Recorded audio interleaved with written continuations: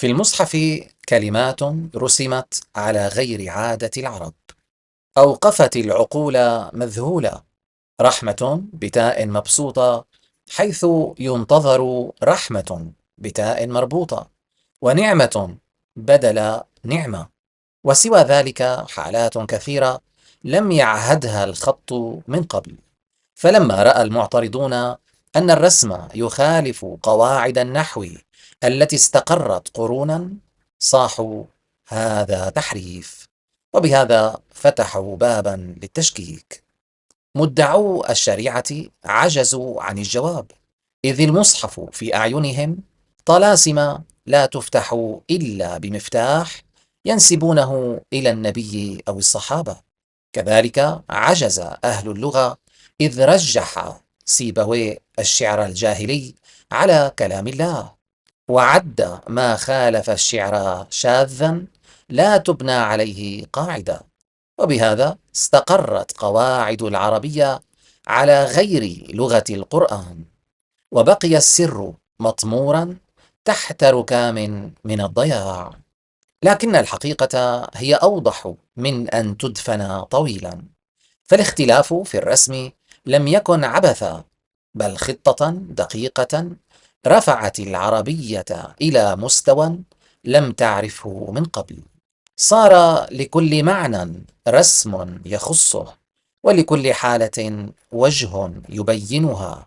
خذ مثلا في كلامنا اليومي كلمة منحني، تطلق على إنسان انثنى ليلتقط حصاة من الأرض، كما تطلق الكلمة ذاتها على غصن انثنى تحت ثقل ثماره. أما في الألمانية مثلا، فلكل واحدة من هاتين الحالتين مفردة مختلفة تعبر عنها. لذلك كثيرا ما يتلقى المتكلم في مجالسنا اليومية سؤالا: أي معنى تقصد؟ لأن الكلمة الواحدة عندنا تقودك إلى مفترق طرق، وتبقيك واقفا عنده حائرا أيها تسلك، وأي المعاني هو المقصود. وهذا التعدد نفسه هو الذي يمنح الكوميديا العربية مادتها. يكفي أن تستخدم لفظا في سياق ما، وأنت تضمر له معنى آخر خفيا، فينفجر من يلتقط المعنى الخفي ضاحكا، لأن المعنى قد التف على نفسه. نعم، العربية غنية جدا، ولكن إلى حد الضياع. وفي غناها بريق الشعر، بيد أن ثمن هذا البريق هو أن يقع السامع أحيانا كثيرة في الحيرة. أما الألمانية فقد اختارت طريقا آخر: دقة لا تعرف الرحمة، ولهذا تراها لغة المختبرات والمصانع. بل كلمة واحدة منها قد تقابلها عندنا جملة كاملة لتؤدي المعنى ذاته. كلمة هيغوم بروبيان في الألمانية تعني القيام بمحاولات متعددة لتجريب أمر ما، ومن ثم إعادة المحاولة من جديد كلما فشلت المحاولة السابقة.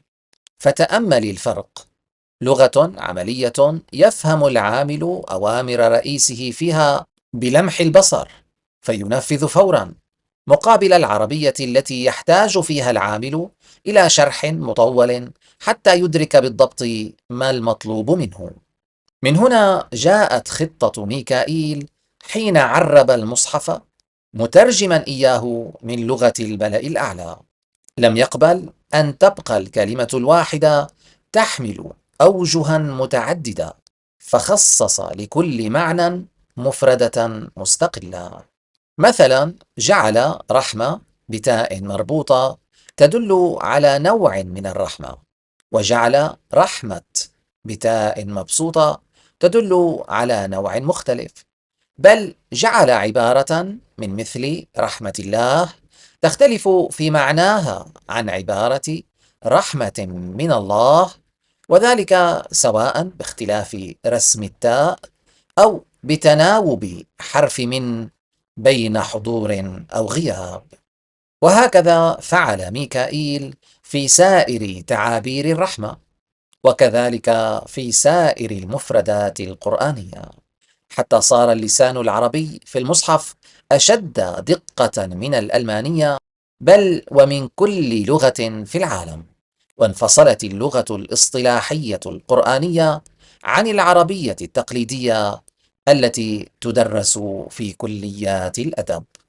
ابن جني نفسه، وقد سمي بإمام النحاة، يعترف في الخصائص بقوله: هذه اللغة أكثرها جار على المجاز، وقلما يخرج الشيء منها على الحقيقة. فتخيل كم هذا الاعتراف خطير، فكيف ستنافس لغة كهذه في مجال العلوم المتطورة عندما تكون أكثر مفرداتها لا تصف الواقع بدقة؟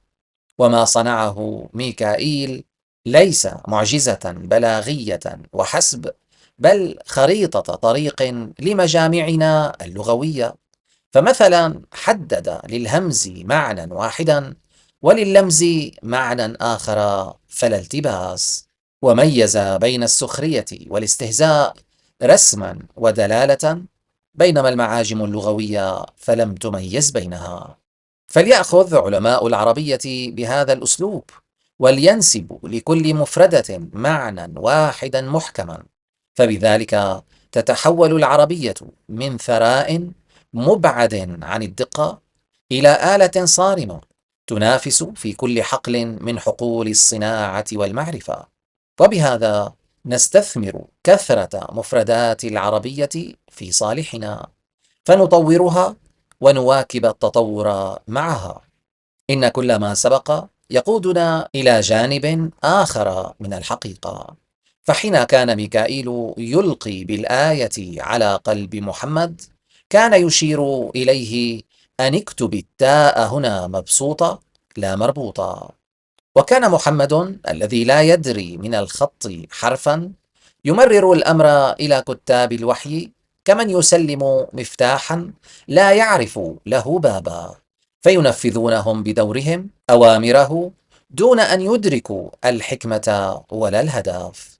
فلم يرضي ميكائيل الأدباء الكبار فحسب، بل أذهلهم بما قام به من تحديثات غريبة.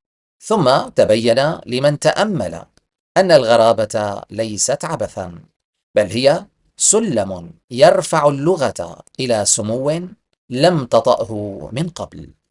وبهذا أشرقت المعجزة في رسول لا يكتب، يأمر الكتاب بما يرسم، فتكتب الآية على غير ما اعتادت الأقلام، فيكون ذلك دليلا على أن المصحف لم يخرج من بطن صحراء، بل نزل من فوق 7 سماوات. وفي كل حلقة قادمة من سلسلة الحلقات هذه سنبرز وجها من أوجه معجزة رسم رحمت في رحلة شيقة ممتعة، والحمد لله رب العالمين.